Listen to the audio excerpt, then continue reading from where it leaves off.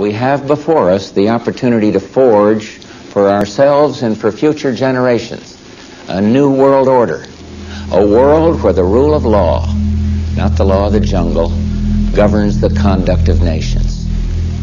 When we are successful, and we will be, we have a real chance at this new world order, an order in which a credible United Nations can use its peacekeeping role to fulfill the promise and vision of the UN's founders. There's a need for a new world order, but it has different characteristics in different parts of the world. The affirmative task we have now is to actually create a new world order. A world in which there is the very real prospect of a new world order. It's about the future of Europe and a new world order. After 1989, President Bush said, and it's a phrase that I often use myself, that we needed a new world order.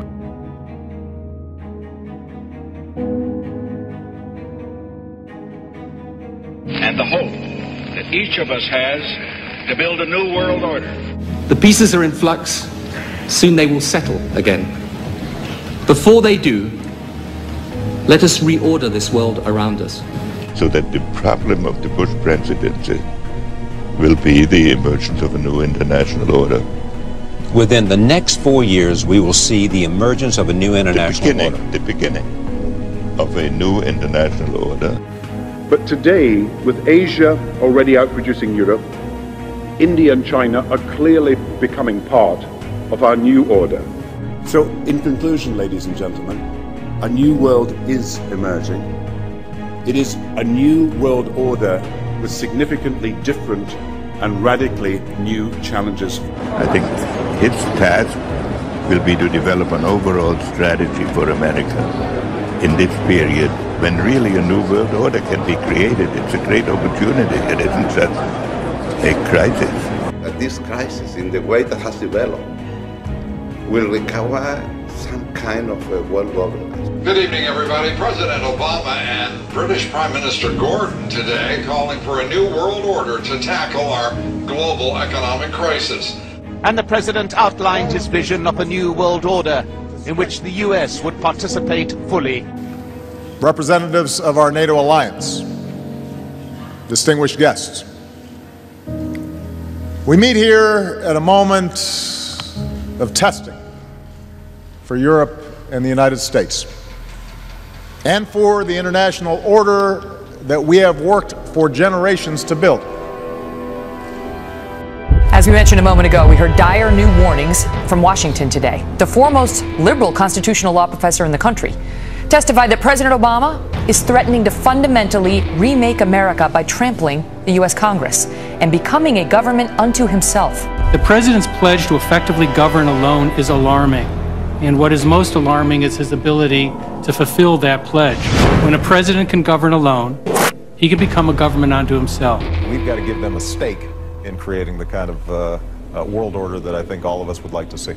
So I see a world order in the future with a multipolar world order. I think a new world order is emerging, and with it the foundations of a new and progressive era of international cooperation.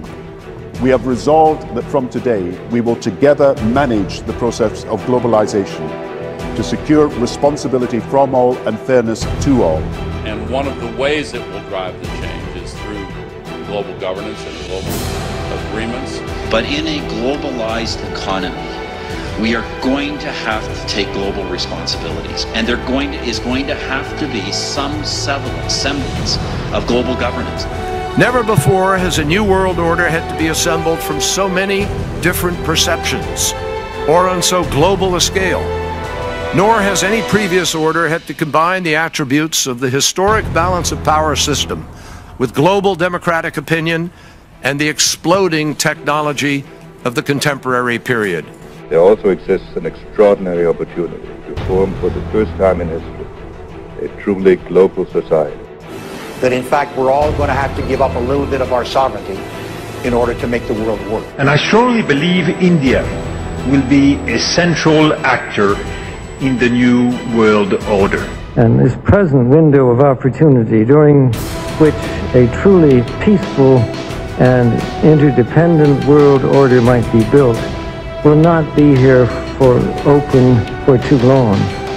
Already there are powerful forces at work that threaten to destroy all of our hopes and efforts to erect an enduring structure of global cooperation.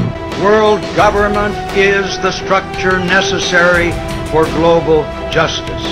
Most important, we should sign and ratify the Treaty for a Permanent International Criminal Court.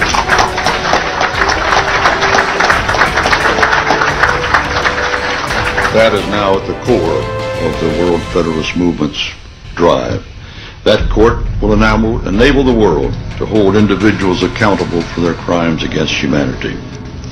Their leader, Pat Robertson, has written in a book a few years ago that we should have a world government, but only when the Messiah arrives. He wrote, literally, any attempt to achieve world order before that time must be the work of the devil. Well, join me. I'm glad to sit here at the right hand of Satan. Let us hear the peal of a new international liberty bell that calls us all to the creation of a system of enforceable world law in which universal desire for peace can place its hope and its prayers. Thank you. We would like to bring you a message from the First Lady of the United States, Hillary Rodham Clinton. Good evening and congratulations, Walter, on receiving the World Federalist Association's Global Governance Award.